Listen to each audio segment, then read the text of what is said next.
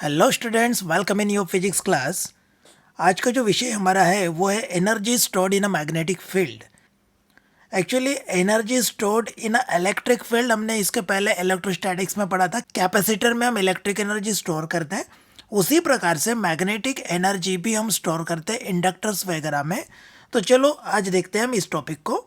We all know, जब भी magnetic flux, changing magnetic flux किसी कॉइल के साथ लिंक होता है तो इंड्यूस ईएमएफ जनरेट होता है। तो यहाँ पर भी आप देख रहे हैं इस एनिमेशन में कि एक चेंजिंग मैग्नेटिक फ्लक्स इस कॉइल के साथ लिंक हुआ है और इस कॉइल के अंदर में इंड्यूस ईएमएफ जनरेट हुआ, जो यहाँ पे ई से शो किया हुआ है। ठीक है। अकॉर्डिंग टू फैराडे, ई का वैल्यू जो है वो होना चाहिए minus L times D I by D T. Actually Faraday law क्या है? E is equal to minus D five by D T है ना। यहाँ पे जो फ्लक्स लिंक हो रहा है वो कितना है? L इंटू आई है। तो जब आप ये वैल्यू यहाँ पे डालोगे तो हमारा कुछ फॉर्मूला ऐसे बनेगा ना, एल आई, एल कॉन्स्टेंट है तो ये सामने ले लिया जाएगा। तो ये इस प्रकार से फार्मूला हमारा बन गया। ये फार्मूला हमने यहाँ पे डायरेक्टली ले लिया है इंड्यूस ईएमएफ करके, ऐसा। ठीक है।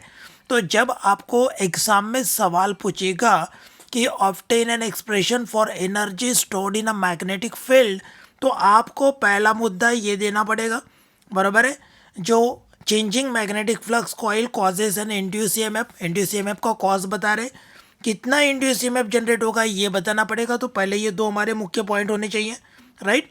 तो ये दो पॉइंट हमारे मुख्य है जो अभी आपको स्क्रीन पे नजर आ रहे हैं। इसके अलावा work done in moving charge D Q against EMF. अब देखो, आपने 10th स्टैंडर्ड में भी और 11th में भी एक डेफिनेशन पढ़ा था ईएमएफ का।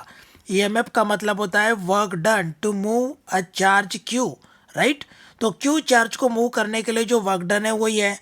हमारे पास जो चार्ज है वो है डी क्यू, राइट। तो डी क्यू अगर हमारे पास चार्ज है तो देखो इस प्रकार से बनेगा, और वर्क, चार्ज स्मॉल है तो वर्क भी स्मॉल होना चाहिए ना। डी डब्ल्यू हमारा वर्क है, तो D W is equal to हमारा क्या बनना चाहिए, लीजिए, माइनस ई डी क्यू। आप बोलोगे माइनस क्यू, तो against the E M F है ना, इसलिए यहाँ पे नेगेटिव आया हुआ है। ध्यान में आ रहा है ना, अगेंस्ट नेगेटिव होने की वजह से मैंने यहाँ नेगेटिव लिया हुआ है। तो यही हमारा फॉर्मूला है वर्क अपॉन चार्ज, जो यहाँ पे हमने लिखा हुआ है। ठीक है। अब उसके बाद इस फॉर्मूले में हम ई का वैल्यू जो है ये पुट करेंगे। जो ई की वैल्यू की बात कर रहे हैं, हम इस वैल्यू की बात कर रहे हैं। ये वैल्यू जो है हमने यहाँ से उठाया और यहाँ ई के अंदर में पुट कर दिया, तो हमें ये रिजल्ट मिला। ठीक है। अब इस रिजल्ट के बाद में जरा आप देखना, ये जो डी टी है मैं इसको स्लाइटली थोड़ा सरका देता हूँ और डी क्यू के नीचे लेने वाला हूँ। देखो इस प्रकार से। अब ये जो D Q by D T आपको दिख रहा है, ये rate of low of charge है ना, ये है ना। तो इसे बोलते हैं करंट, इलेक्ट्रिक करंट, जिसको हम आई से डिनोट करने वाले हैं, राइट। देखिए ये आया, और ये आई हम सामने लेंगे, L into I into D I. इस प्रकार से हमने डी डब्ल्यू का वैल्यू निकाला। तो डी डब्ल्यू का वैल्यू क्या आया, एल आई डी आई। ठीक है। अब स्क्रीन को मैं क्लियर कर लेता हूँ। अब देखो यहाँ पर, अब मुझे टोटल वर्क डन चाहिए। तो टोटल वर्क के लिए मुझे इंटीग्रेट करना पड़ेगा इसी डी डब्ल्यू को, है ना। तो ये डी डब्ल्यू का वैल्यू जो है अभी हम यहाँ पे जाके पुट कर देंगे। तो देखते हैं क्या मिलता है। देखो ऐसे, राइट। तो यहाँ मिला।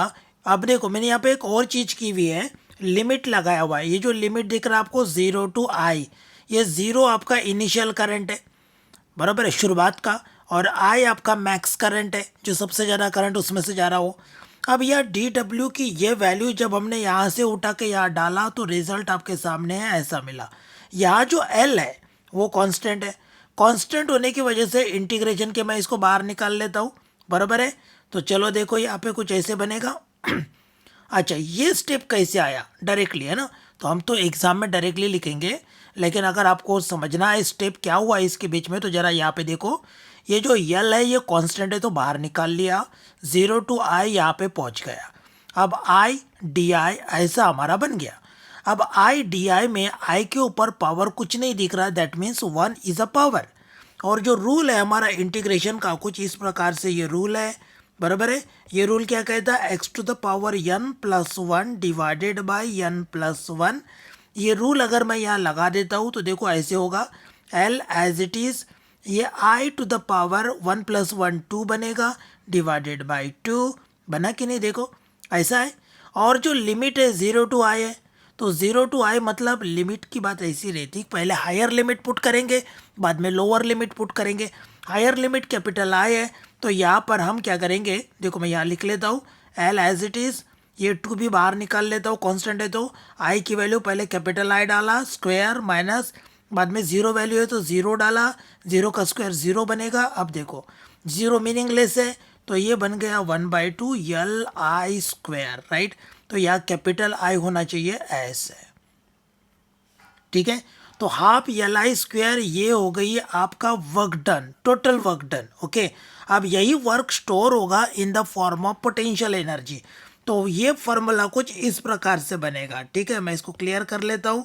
अब आप देख सकते हैं यहाँ पे स्क्रीन पे, या वापस से मैं कैपिटल आई बना लेता हूँ, और यहाँ पे भी कैपिटल आई चाहिए, ठीक है, क्योंकि आपका हायर वैल्यू पुट करने के बाद ये एल आई स्क्वायर ऐसा बनेगा, ठीक है। तो ये बन गया हमारा फार्मूला। किस बात का फार्मूला है ये फार्मूला है energy stored in a magnetic field का, ठीक है। चलो, तो आपको समझ में आ गया ये वाला। अगर आपको समझ में आ गया तो वीडियो को लाइक ज़रूर करना और दोस्तों के साथ शेयर करना ना भूलें, और हाँ, सब्सक्राइब ज़रूर करना। अगर सब्सक्राइब ऑलरेडी किया हुआ है तो थैंक यू वेरी मच। तो मिलते हैं अगले वीडियो में।